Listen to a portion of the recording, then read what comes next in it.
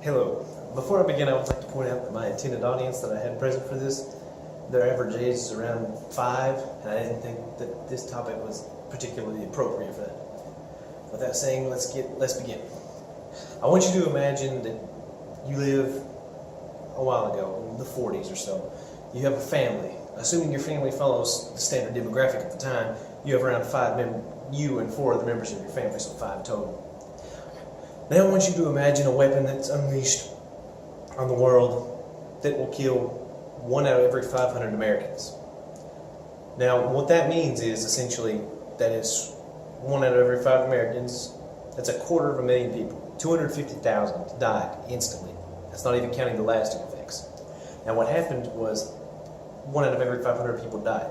You have a family of 500 people, so it's around, there's a 1% chance of someone in your immediate family dying instantly due to this use of a weapon. Now if that doesn't scare you, then I don't know what will. But you have nothing to worry about. It didn't happen to us. It was done by us. Our elected officials, which we elected, chose to nuke Hiroshima and Nagasaki, which were the 2 only instances of an atomic bomb being used in war, and killed 250,000 people. Now, indirectly, through voting these people into office, we did that. And we did that for what boiled down to one main reason, was that no one else could do it back to us. We were the only nation that possessed nuclear weapons at the time. And we knew that if we used them, that was the single greatest weapon that was on the planet at the time. Nothing could counteract that. There was no possible thing that they could do worse to us than what we did to them, which is why we did it. And now, statistically speaking, there have been exactly 0 uses of a nuclear weapon being used while more than one nation has them, and the only 2 that have been used are while we were the only nation that had them. So basically, what that means is that we need nuclear weapons for the sole fact of deterring their usage. The existence of them in their possession is one of the main factors that results in us not using them. And another thing is, everyone is not going to give them up at once. So, and the final factor, which you can't stop technology. It's ever growing, it's always going to be there, you can't stop it, there's nothing you can do about it. So, some of those claim that that are against nuclear armament, claim that we can just, if everybody agrees to get them up, then we won't have any problems.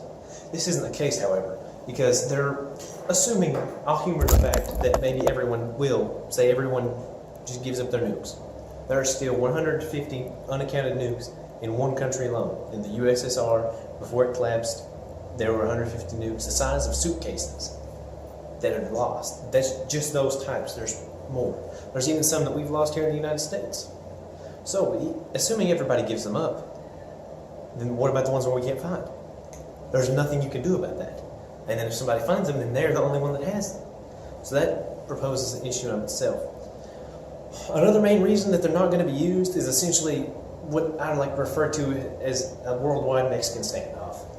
You have one country that holds the gun to the head of another country, and so they can hold it right back. And the way nukes work is they launch, and other countries can see them coming, so they're going to launch theirs, which results in both countries losing. That principle was evident in the 1983 movie War Games, in which a supercomputer came to the conclusion that the only way to win in a nuclear war was to not play at all. And even though that's a sci-fi movie, it holds true. If one nuke goes up in the air, there's a good chance that all of them are going to go up. And people realize that, so that's why they're not going to use them. And essentially what that boils down to is everybody's got a gun pointing at everybody, and they know that if they pull the trigger, then they're dead too. So essentially all nuclear weapons is a gun pointed at your own head. So essentially, in this scenario, having a gun to your head is the safest position to have the gun, as ironic as it is, because there is no solution to it at the moment, unless we go very Orwell and start policing every aspect of people's lives, and we can determine whether or not they're lying about having nuclear weapons. There's no way we can tell. It's just not feasible. So, at this very moment, possessing them is the only way to ensure safety. And it's a very hard stance to take, because you're contradicting yourself, but it's the correct choice to take, because the only way that you're going to be safe is by being able to defend yourself. But also in defending yourself, you also are putting yourself in a position to end the entire world. every nation is that takes the responsibility of possessing them, which is why they won't use them. Essentially, what it boils down to is they know no conflict can have a winner if there's no one to witness it. So if even the most militant groups who decide they want to launch nukes and destroy their enemies, they know that's not going to work because they're going to not only wipe out their enemies, but themselves and anyone who would be around to witness it. Thank you.